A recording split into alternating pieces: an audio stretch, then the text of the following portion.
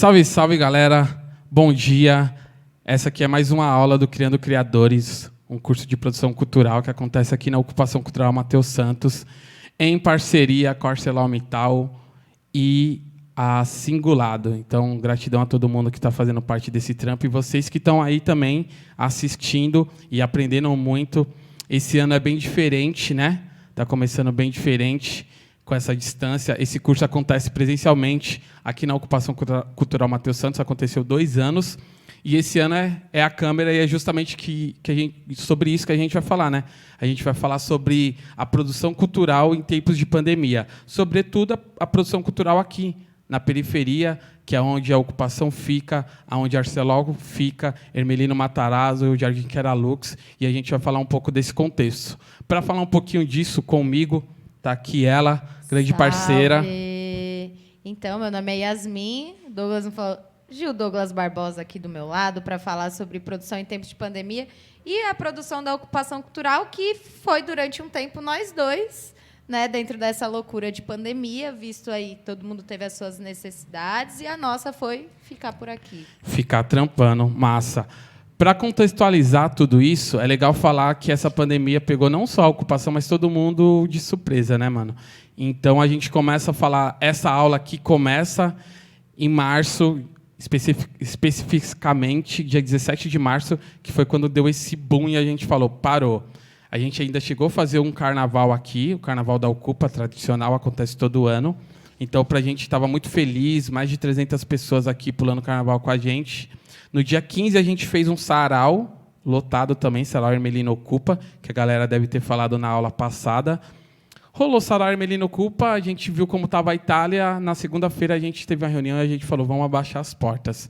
E isso, para a quebrada, é muito difícil, para a produção cultural periférica mais ainda, mas para a ocupação isso atrasa molado mesmo, porque uma das formas que a gente tem de se manter aqui na quebrada é com essas portas abertas e fazendo cultura, dando direito à cultura para a população de Hermelino Matarazzo. Isso balançou muito a gente e a gente confessa que, no período, a gente não sabia muito o que fazer e tivemos aí umas 4 ou 5 dias de reflexão, paramos, pensamos o que seria, e aí veio uma chuva de lives na internet e a gente via no Facebook todo mundo tentando manter a produção através do Facebook, Instagram, YouTube, todas essas redes sociais que a gente tem hoje como ferramenta. E hoje é o único palco que o artista tem, são essas redes. Mas aí a gente analisou e descobriu que, naquele momento, o ideal não era fazer live artística. Aqui, para a ocupação cultural, naquele momento, o ideal era colocar comida na barriga das pessoas, né, mano? Estava todo mundo sem trampo, paralisado, não tinha auxílio emergencial ainda. E aí a cultura ela é transversal, né? Ela passa por um monte de coisa, e uma das coisas que nos atravessa é a sociedade, é a comunidade estar bem. E aí eu e a Yasmin focamos nesse trampo aí, primeiro de comunicar o que era o corona, porque na época ninguém sabia, então a arte se conectou com a informação, e a gente fez zines, a Pri, que inclusive trampa no Criando Criadores, a Pri criou um modelinho e a gente distribuiu os zines, colocamos também kits de higienes. Né? Os lambes que também foram de autoria da Pri, e aí a gente começou a movimentar essas pessoas. No início ainda estava um bonde aí com a gente, várias pessoas que são da ocupação, mas, como eu falei na última aula, a diferença entre produção central e a produção periférica é exatamente você estar ligado aí com o seu território. Então, a gente, como moradores e moradoras do território, tivemos esse entendimento do emergencialismo mesmo, não é sobre assistencialismo, não é manutenção, né, da pobreza, de nada, é reconhecimento do seu próprio território e local onde você está. Então, qual é a emergência do seu bairro, né? Você que é produtor, produtora cultural, a sua produção, ela se vincula com as necessidades do seu bairro. Então, acho que essa foi a grande sacada do nosso começo aí de reviravolta dessa pandemia, né? Desse entendimento de que, para além de lives culturais, a gente tinha que entender as necessidades do bairro também. Exatamente, Yas. E aí rolou, a gente começou a entregar cestas, fazer esse processo informativo, a gente projetava as imagens nas paredes de frente com a Ocupa, e começamos esse trabalho, essa caminhada aí, e deixamos as lives um pouco de canto, sem pensar nelas. Com o tempo, quem é artista sabe, começa a ferver. Se você fica muito distante de uma produção de evento, você começa a ficar mal. E a gente pensou que era a hora de ajudar os artistas do bairro. A gente criou uma lista também de fortalecer com cestas básicas esses artistas, mas depois a gente precisava colocar esse desejo de produzir arte, manter ele vivo nesses artistas. E aí nasce o primeiro encontro de lives que a gente fez aqui, a primeira live que a gente fez na Ocupa, que é um programa que se chama Ao Vivo para Manter o Povo Vivo. Acho que o nome já diz tudo, né? Era um programa musical. É um programa musical, a gente vai manter ele agora durante muito tempo, a gente já pegou um carinho por ele, mas é um programa musical que a gente chamou os músicos aqui da Quebrada, como na aula passada a galera falou, tem muito músico aqui em Ermelino, do lado de casa, então é tudo muito pertinho, e a gente até linkou, teve live que a gente falou, pô, tal artista vai vir pegar a cesta básica aqui, putz, já dá para ele ficar e fazer uma live, já que ele já se expôs, colou na rua, com precaução, veio de máscara, pegou a cesta dele, ele pode fazer uma live com a gente. E aí, conhecimento técnico zero, né, mano? Só que Mestre Soró sempre falou da civirologia, e uma das formas mais lindas de se manter cultura na Quebrada é hackeando quem tem acesso, tá ligado? E a gente, de uma forma bem precária, descolamos um tripézinho, a primeira live nossa foi no celular, e aí começou o Ao Vivo para Manter o Povo Vivo, que é um programa que nasce só para a pandemia. A ideia inicial dele era fazer live e manter a chama. Eu lembro que a gente chamou o Paulo Miranda, grande músico aqui do território, que também organiza o Regional Matheus Santos, que é um grupo de choro que acontece aqui dentro da ocupação. Quando a gente chamou ele para fazer uma live, ele falou, nossa, mano, fazia muito tempo que eu não sentia essa coisa formigando na barriga, esse anseio de estar no palco, esse nervosismo. Então, para ele foi muito rico e isso foi dando motivação de manter, mas aí a gente tinha suprido a música e é legal também frisar que nesse período a qualidade de live dos artistas periféricos era muito inferior quanto à galera que tem grana. Então você via uma galera com acesso, já com as produção massa, e a gente na Quebrada, nossos computadores não tinha nem placa de vídeo, então era, mano, a primeira live que a gente fez foi no celular, não foi nem com o computador. E aos poucos a gente foi vencendo essa barreira, tá ligado? Até chegar no processo que a gente está fazendo hoje. Um microfone digno, vocês ouvindo a gente bem. Eu vou fazer até uma brincadeirinha. Corta para cá. Aqui, ó, o Gu cortou, estou falando com você aqui. Voltou, estou na câmera fechadinha de novo.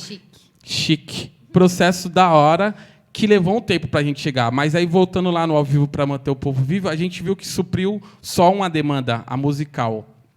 As outras estavam muito abertas. Teve uma galera que começou a produzir oficinas pelo Zoom, e isso foi bacana, foi uma forma até de manter financeiramente. Então, a maior galera conseguiu manter suas aulas. A Bia, do Turkey na Quebrada, ela continuou mantendo as aulas delas, inclusive ampliou, porque aí uma galera que não conseguia estar aqui no presencial fazendo o Turkey, conseguia fazer de uma forma online, através do Zoom, a galera tendo mais segurança, é uma aula que mexe muito com o corpo, então só minas fazendo essa live pelo Zoom, que é um rolê restrito, deu uma segurança de uma galera começar essa arte, e eu acredito que quando passar a pandemia elas vão vir conhecer o presencial, porque tem muito mais calor, é muito mais da hora.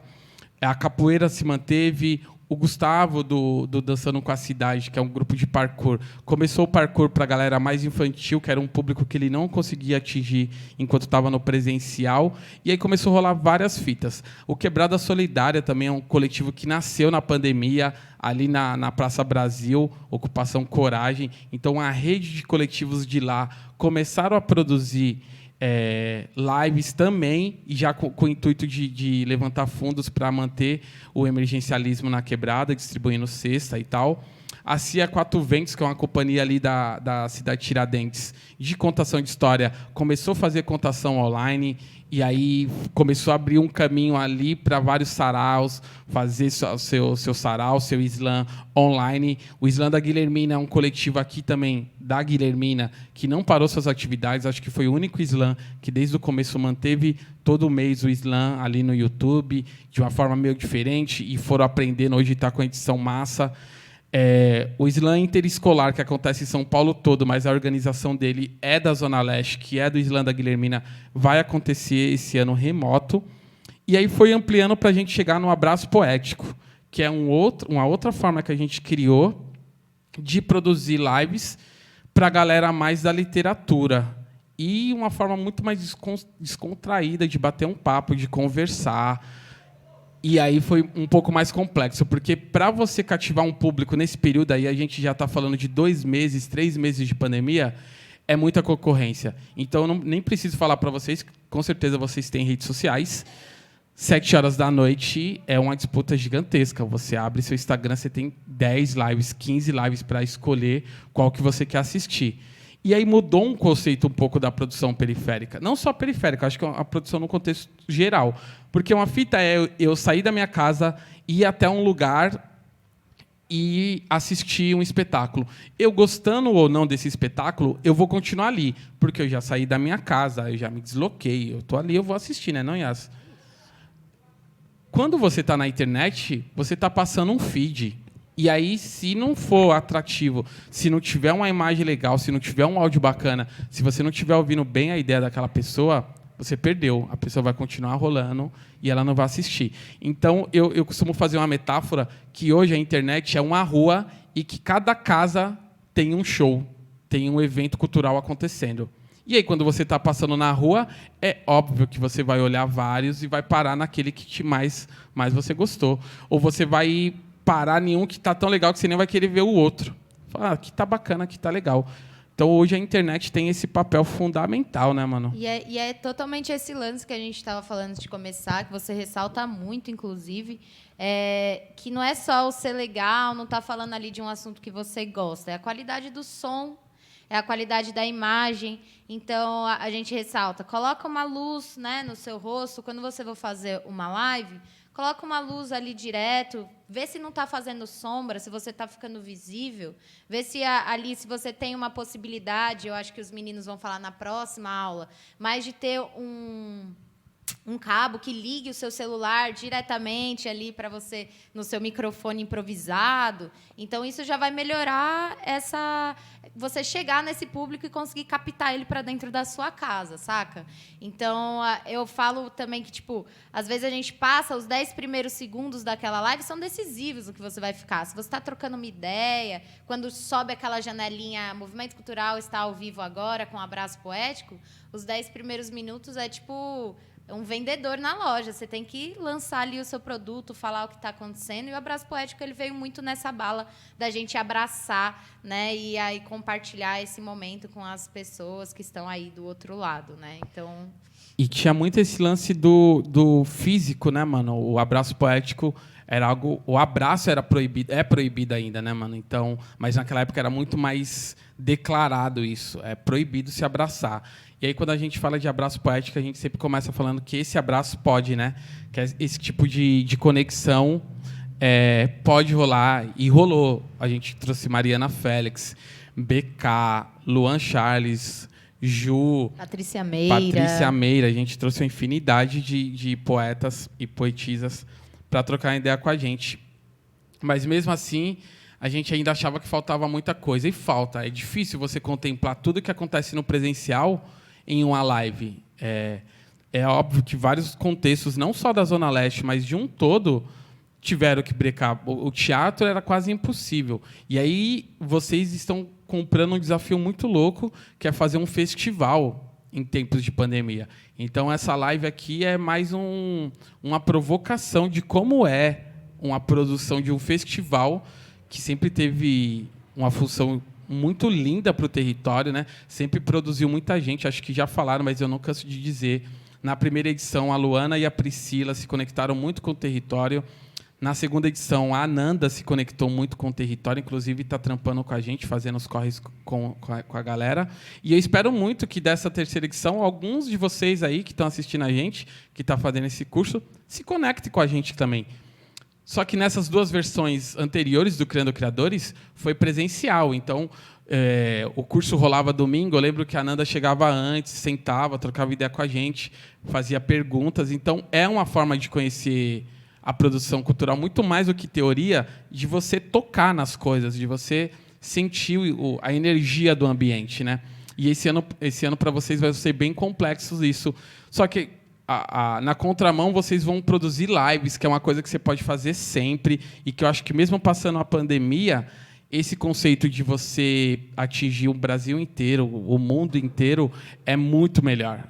Eu acho que reinventar o seu fazer, né? E são coisas que os boys já estavam fazendo há muito tempo. A gente vê depois o recurso de live, ele já estava disponível no Instagram. Então era aquela forma do famoso ou da famosa colocar ali e mostrar tomando o seu café da manhã, desfrutando de coisas, tipo, às vezes banais, que a gente pode hackear essa ferramenta e criar aí uma forma de vomitar aí nossa arte, continuar colocando o nosso trabalho e tornando ele, né, palpável novamente, mas dessa forma com isolamento e segurança. E aí, para além do lance do ao vivo mesmo, eu acho que a gente passou por uma grande experiência que foi o ACK, que eu acho que pode ser uma janela legal para a gente pensar. Se vocês forem trabalhar num evento agora, porque daqui para frente o novo normal, né, de higienização, de isolamento. Então, foi uma grande experiência para mim, enquanto produtora cultural, esse entendimento de limpar os microfones o tempo todo, a cada entrada, a cada saída, a comunicação, que agora ela precisa ser diferente, né? A gente tem aí uma máscara na nossa cara, então o entendimento de estar sempre ligado. Se o produtor cultural de antes, ele já era aquela pessoa que corria para lá e para cá, que estava atento, agora os seus olhos eles têm que estar conectados o tempo todo com seus companheiros e companheiras de trabalho, tá ligado nas novas atualizações aí da OMS, de regras, né? Como que você pode gerir essa ação da qual você está sendo, né? Você está presencialmente tornando ela possível. Então, é um entendimento até do seu próprio fazer de estudo, né? Que, para além do nosso estudo periférico, agora a gente tem que hackear outras lógicas também, que, se a gente for fazer uma live presencial, é necessário. Inclusive, algumas pessoas vão colar aqui, né? E aí esse entendimento é importante. Eu vou tocar num equipamento, vou passar um álcool em gel nas minhas mãos, vou estar sempre de máscara, né?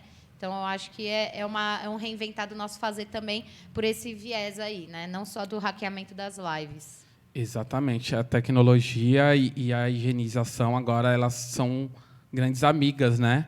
Então, hoje, você não pensa só na tecnologia e você não pensa só no espaço. Você tem que pensar na saúde de cada um que está ali dentro.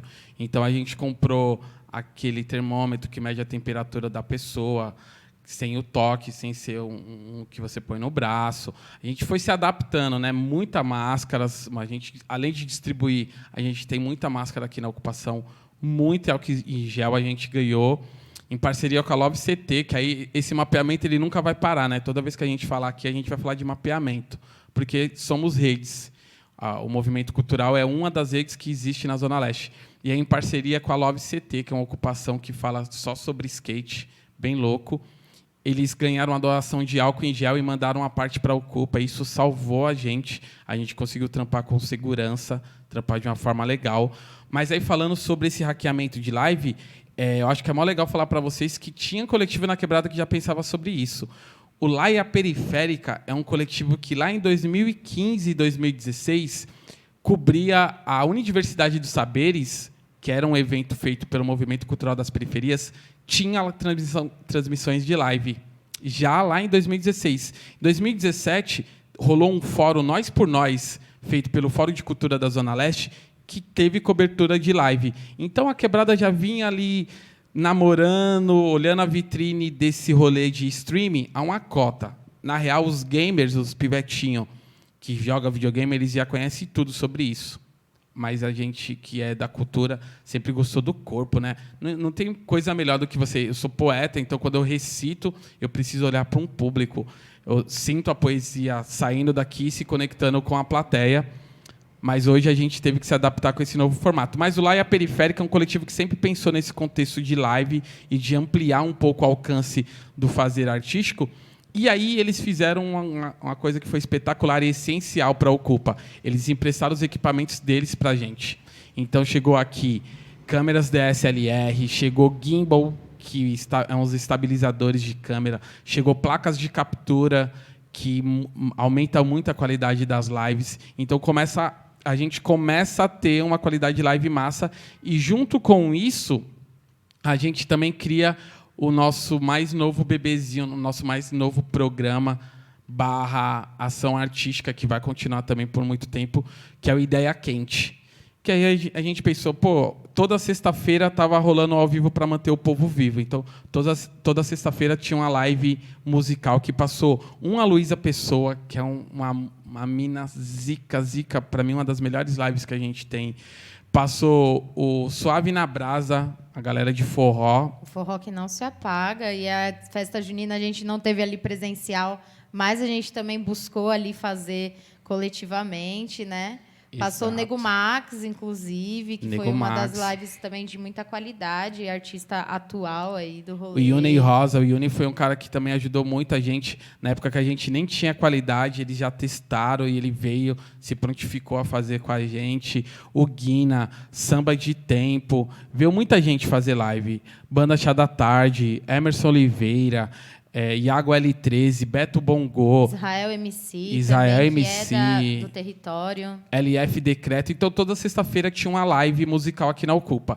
Toda segunda-feira tinha o Abraço Poético, que aí a gente já falou que passou poeta pra caramba. Glaucio Alexandre, BK, enfim, uma infinidade. Yasmin Ribeiro mediou várias ali ó, no Douglas Abraço Barbosa Poético. também. E a gente desenrolou, fizemos um corre lá.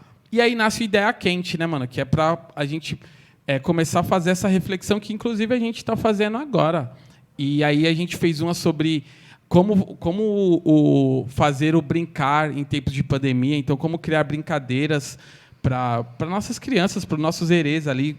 E aí veio a Natália Santos, a Mina Zica, a Laís Boto, que é, mano, sensacional, e a Minéia, que tem um coletivo Brincando na Quebrada, que é ali da Santa Inês. E aí, no tempo de pandemia, o Brincando na Quebrada também teve um trabalho essencial no território, isso vale se lembrar. Um trabalho essencial para um público que é pouco atendido, né? Que são as crianças de 0 a 3 anos. Exatamente. Principalmente a gente pensa nos pivetinhos ali que já estão andando, estão desenrolando. Mas ser produtor cultural é isso, e, né, é pensar também no seu público. Qual é o seu público-alvo? Ele está sendo atendido nesse período de pandemia? Como eu posso continuar atendendo o meu público-alvo, né? Exatamente, Yas. E aí, dessa live do Ideia Quente, passou um pouco da ideia. E aí a gente girou alguns materiais de contação de história que a gente postou nas nossas páginas. A Minéia fez um tutorial de como fazer massinha com farinha de trigo. Então, a gente fez o Ideia Quente para discutir um pouco sobre isso, mas mais do que discutir, a gente colocou em prática também. E aí a gente fez uma também sobre as eleições, né, mano? Quando a gente fala em produção cultural em tempos de pandemia, mas existem contextos maiores também, que é como que vai ser a eleição em tempos de pandemia. E isso, como eu falei no começo dessa aula, a cultura é transversal e ela é atingida por isso também. As políticas públicas se alteraram também. Eu acho que é legal falar que a Secretaria Municipal de Cultura também criou um edital emergencial para os artistas. Cada artista podia fazer uma live, uma contratação por algum equipamento público, seja ela casa de cultura, seja centros culturais ou bibliotecas, e você recebia 700 contos para fazer essa produção, R$ 700. É óbvio que isso é um sucateamento imenso, mas que ajudou muita gente. Eu acho que é legal frisar que a produção cultural na periferia se deu muito bem por isso. É uma garantia que a gente nunca tinha tido enquanto artista periférico, e nesse momento rolou. Mas a gente fez essa live, voltando para o Ideia Quente, a gente fez essas lives para trocar umas ideias e discutir como vai ser essas eleições. Mas um dos Ideia Quentes que mais me pegou assim da hora, rolou uma Ideia Quente, que eu acho que vai rolar aqui, que é uma live sobre como fazer live. E uma das próximas aulas a gente vai estar falando um pouco sobre isso, sobre esses termos técnicos, né, mano? Como que o StreamYard hoje, qualquer pessoa conhece esse programa de fazer live, conectar uma pessoa daqui com a Bahia e joga direto para o Facebook e pronto, tá lá ao vivo, né? A gente fez isso lá no comecinho, ainda não tinha tantos meios. Hoje você vai na Santa Efigênia, existe uma infinidade de placas Languinchum, umas placas muito boas e muito caras, umas mais ou menos, mas que segura a onda, cabos P3 que salva a vida de qualquer músico, enfim. Na próxima live, na próxima aula, a gente vai estar falando um pouco sobre isso. Mas uma ideia que a gente fez sobre isso, a Olivia e o Binho, junto com o Pablo, que o Pablo é do Laia Periférica, deram um mergulho. O Gu também operou ali ao vivo, a galera viu como foi operar isso, falar um pouco do Droidcam, que você usa seu celular como webcam. E fizemos uma sobre mobilidade, né, mano? Sobre entregadores de aplicativos, que também acho que foi bem legal, que é resultado da pandemia, né, mano? Na pandemia a gente viu muito a galera se isolando e a periferia mas produzindo esse falso empreendedorismo que a galera fazendo entrega de comida, de bike, se expondo. E naquele momento eu tive uma reflexão muito, muito profunda e que eu acho que isso resulta muito no que a gente está falando aqui, como que é a produção cultural em tempos de pandemia. Até hoje, a gente tá fazendo essa live aqui agora em setembro. Até hoje, o produtor cultural ele não pode sair de casa para trabalhar. Quem trabalha fazendo pizza pode sair, fazer pizza. Quem trabalha numa loja de sapato pode sair, vender seu sapato. Quem trabalha no telemarketing pode sair, fazer o trabalho de telemarketing. Todas as profissões podem fazer isso. A sociedade não reconhece a cultura como um trabalho, que a cultura até hoje você não pode sair de casa para trabalhar. As bibliotecas estão fechadas ainda, centros culturais estão fechados. E eu não estou fazendo uma crítica por estarem fechados, estou fazendo uma crítica por entender que isso, para a grande sociedade, isso não é um trabalho. A gente se choca com muita gente na praia, mas não se choca com o busão, 6 horas da manhã, lotado, a galera indo trampar no centro. Então, quando a gente fala em produção cultural periférica, é esse entendimento que a gente tem hoje. Como é difícil para o artista cultural que não tem um celular legal, que não tem uma internet boa em casa, pegar uma contratação e não conseguir executar ela. Ou nem conseguir pegar, né, alcançar. Exatamente. E nem ter suporte para isso, assim. Foi meio que... Eu acho que tem um exemplo, um dia a gente estava fazendo um abraço poético, acho que você vai lembrar, Yas, que você estava dentro da live. A gente estava fazendo um abraço poético e a gente fez um teste, estava tudo legal. Tinha um artista que tinha preparado uma apresentação com violão e ele tinha criado um cenário massa. E estava ali com o violão, 5 minutos para começar a live, acaba a energia do bairro dele. E aí esse cara teve que correr para uma praça com Wi-Fi livre, que não funcionou. Ele subiu na laje do vizinho dele, de um amigo dele, que tinha um vizinho que tinha internet aberta. E aí ele fez lá toscamente, mas fez, respeitando esse público. Mas para entender como que na periferia isso é bem difícil. Então, quando a gente pensa nessa produção em tempos de pandemia para o artista de quebrada, infelizmente, não é essa realidade que a gente está vivendo dentro da Ocupação Cultural Matheus Santos. Que para gravar essa aula a gente tem 2 câmeras boas, com corte, com pessoas técnicas para produzir isso, com um programa que faz a função de um switcher, que troca de uma câmera para outra, eu escolho o tempo que eu quero de troca, e que a gente... Nesse processo, a gente está falando de 4 ou 5 meses de pandemia e a gente fez mais de 60 lives já, contando só as da ocupação, fora os artistas da quebrada que vinha e falava, cara, eu peguei uma produção aqui, fui contratado pelo teatro para fazer uma live e eu não tenho internet em casa. Esse artista vinha aqui para a ocupação e a gente fazia a live dele.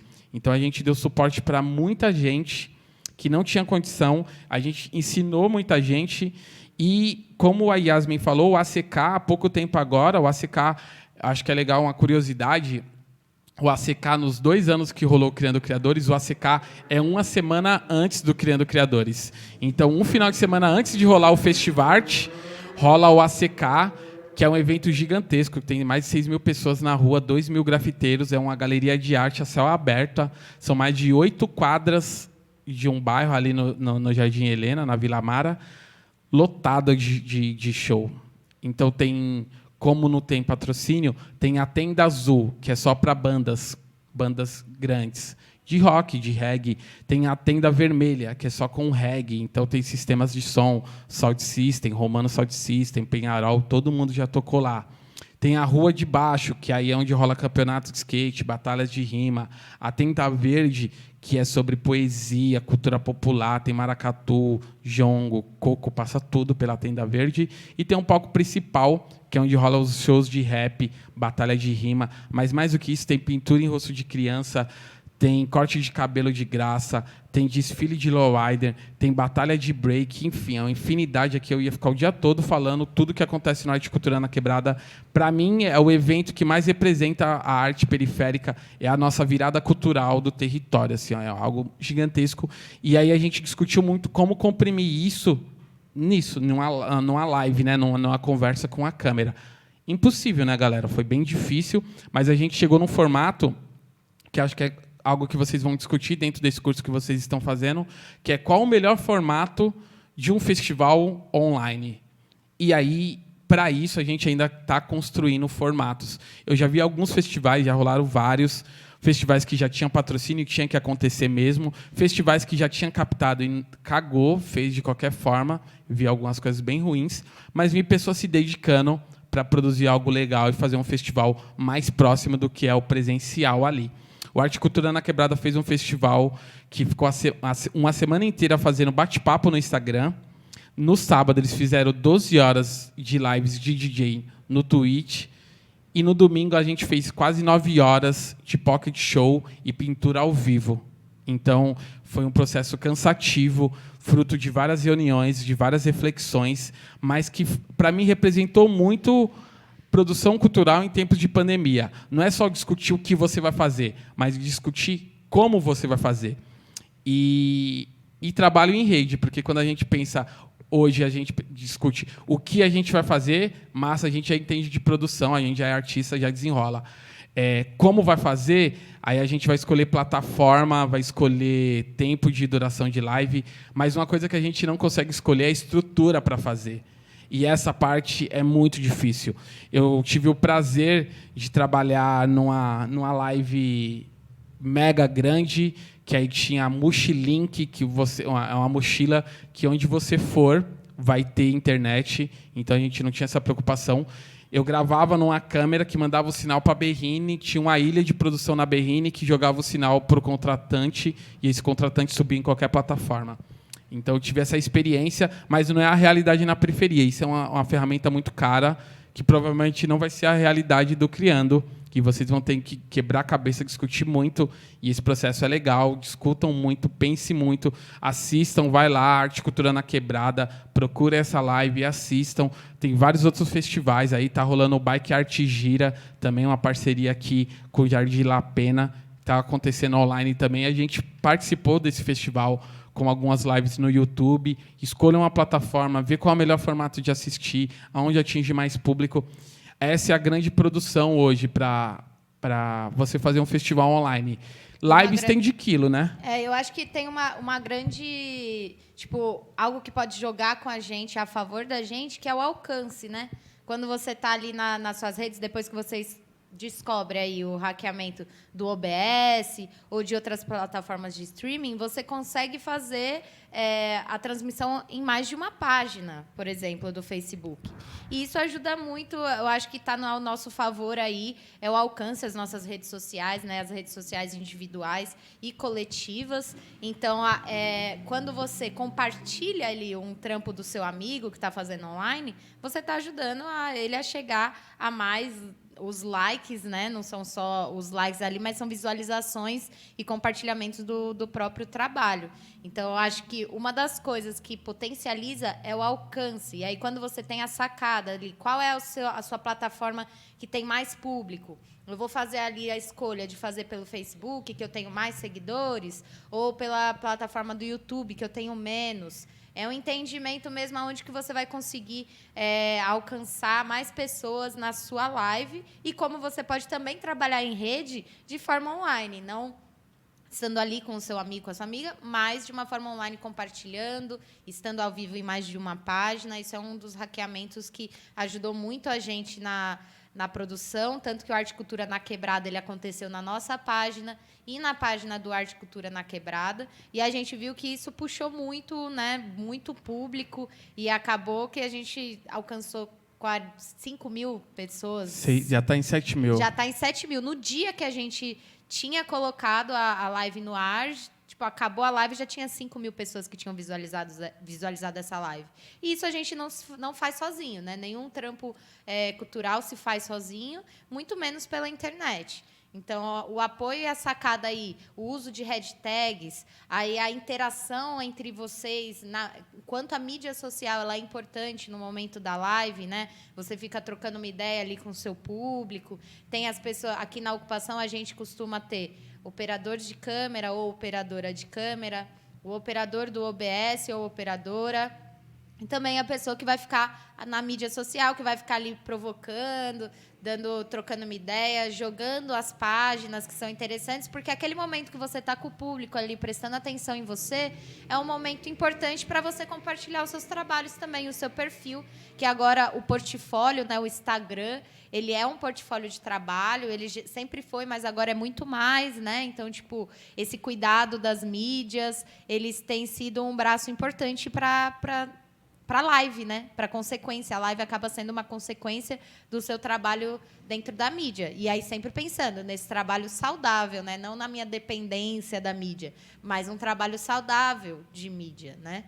Eu acho que o alcance e o trabalho em rede dentro das redes sociais são um lance que ajudou bastante a gente, assim, o compartilhamento, enfim. Exatamente. E aí, lembrando que isso tudo a gente está falando de um alcance orgânico, sem um real, né? Quando você pensa num festival que tem patrocínio, você consegue fazer propagandas. Então, antigamente, o próprio Criando Criadores, eu tenho alguns flyers que eu gosto de guardar. O Criando Criadores, na última edição, a gente imprimiu vários cartazes e saiu colando. Os alunos do curso saiu colando, fizeram um mapeamento, né, mano? Mapearam Estação USP Leste. Vamos colar lá que a galera vai passar lá e vai ver o cartaz dizendo que vai ter um festival na praça do território onde eles moram.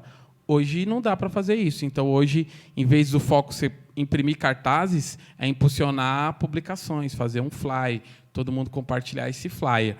Mas quando a gente pensa nessa produção individual, é mais fácil, porque eu penso, quando não é um festival, eu sou um artista e eu preciso expor meu trabalho, eu quero tocar e levar a minha música para alguém. Eu vou lá, preparo minimamente essa estrutura que a gente falou, e na próxima aula a gente vai falar um pouco mais profundo do que essa mínima estrutura de luz, áudio e som e imagem, esse combo, tá ligado?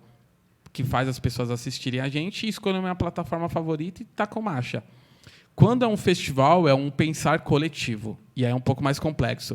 Eu estou vivenciando isso agora. Eu sou curador do Estéticas da Periferia, que é um rolê que acontece em toda São Paulo. É um festival que sempre aconteceu em toda São Paulo, com quase 100 coletivos. E esse ano vai ser tudo online. Eu sou o curador do território de Ermelino Matarazzo. E aí vai ser bem complexo. A gente está tendo várias reuniões e é difícil, quase 100 coletivos, chegar no consenso, porque um coletivo tem um alcance muito bom no YouTube, sempre trampou legal no YouTube. O outro coletivo tem um alcance muito bom no Instagram, e aí no Instagram é um pouco mais complexo para fazer lives boas, não aceita tantos programas, e aí a maioria é o Facebook, acho que o Facebook é a grande ferramenta, tá ligado? O YouTube deixa você subir com mais qualidade, então não corta tanta qualidade de áudio, mas enfim, nas próximas aulas a gente vai falar pra caramba sobre isso, quem curte técnica aí, fica por dentro disso. Quem curte produção, hoje, quando você ligar para um artista, você vai ter que perguntar qual que é a estrutura que ele tem, se ele topa sair de casa e ir para dentro de um estúdio fazer a live, ou se ele vai querer fazer da casa dele. Tem muito artista que fala, não, eu não estou fazendo, eu vou gravar do meu jeito, na minha casa, e vou mandar o arquivo para você. Qual que é a diferença entre fazer uma gravação de uma live e fazer uma live ao vivo mesmo? O que tem de benefício, o que tem de risco com isso, oscilações de internet. Então, hoje a produção não é mais ligar para o artista, perguntar o rider técnico dele e ver o que ele quer no camarim. Mudou esse processo. Então, as coisas vão mudando, na periferia muda muito mais, mas talvez seja que eu gosto muito daqui, né? Eu acho que a gente se adaptou muito melhor. Sem grana, a gente conseguiu chegar no nível de live que os Playboy tem que ralar para chegar no mesmo nível que a gente, tá ligado? Então, eu acho que o hackeamento na periferia, o trabalho em rede... O lance que a gente sempre fez, né, mano? Quando acaba o açúcar, nós vai no vizinho ali e desenrola um açúcar, ou vai no mercadinho, pega no F, pega fiado, acerta depois, e consegue tomar um café digno, adoçado, da hora. Agora, e foi o estudo de forma autônoma, né? Total. Esse hackeamento ele é não só feito ali de forma com meu amigo aqui. Eu aprendo muito com o Gustavo e com o Douglas, que são caras que conseguem hackear muito facilmente a tecnologia, mas existem outros tipos de hackeamento que eu também consigo fazer individualmente, né? Então, tipo, é muito da disponibilidade de você estar ali. Eu gosto muito da ferramenta do Instagram, então eu consigo ali ter entendimento de outras ferramentas. Então, quando eu vou compartilhar um IGTV, como postar, né, em que momento, entender ali os fluxos de visualização das suas postagens, eu já gosto mais. Mas aí a gente o Douglas principalmente tem esse exercício de ficar no YouTube, né, Doug? Tipo, de aprender tudo e fazer esse hackeamento de forma autônoma. Então, acho que esse também foi um grande ganho, que já era um exercício seu, mas um ganho para que as lives ficassem mais, tipo, potentes. Porque a gente acaba compartilhando saber, né, o que você aprendeu ali, você compartilha comigo, e hoje eu já consigo mexer no OBS, uma pessoa que não tem grande apego com a própria tecnologia em si, assim, tipo, de forma de ferramenta, sabe, tecnológica. Total, Yas, total. E aí eu acho que é isso. Eu assisto muita videoaula no YouTube e toco nos equipamentos. Eu adoro ficar horas pegando na câmera, entendendo o que ela faz, entendendo o que está acontecendo com ela. Às vezes erro pra caramba, ligo pro Gustavo, falo, mano, travou tudo aqui, ferrou, me ajuda. Mas o trabalho em rede fortalece muito para a gente chegar nesse nível e ajudar a galera também a produzir. Vocês, provavelmente a maioria de vocês, vão vir aqui ter essa vivência com a gente, vão experimentar esse processo, vão tocar em muita câmera, vão errar pra caramba, e isso é da hora também. Eu acho que o curso Criando Criadores é uma puta chance de vocês errarem também, acertar, mas errar, e aprender, e falar, mano, eu tentei, é difícil, mas consegui, ó, no final chegou um resultado próximo do que eu quero, e levar para a vida, tá ligado? Acho que muitos de vocês vão virar produtores e produtoras culturais, vão entrar no mercado num momento super difícil, que é um momento que a gente está se adaptando, mas é um momento propício para você provar o novo, arriscar, que é o que a gente está fazendo aqui. Queria agradecer vocês. Daqui a pouco a gente tem um bate-papo, a gente vai trocar uma ideia. Quem tiver dúvida, tira também. Já anota as perguntas aí. Queria agradecer o Criando Criadores por chamar a gente. É óbvio que a gente não representa toda a produção cultural na Zona Leste, ela é gigantesca. O que a gente falou aqui foi um recorte do que a gente viveu em tempos de pandemia, por ser do território, por estar aqui em Ermelino, por estar aqui próximo do Keralux, por conhecer a ArcelorMittal e ter a honra de participar desse curso Criando Criadores 2020. É 2020, daqui a pouco tamo junto. Valeu, Yas. Falou, é nóis, parceiro. Tamo junto. Junto. Até já.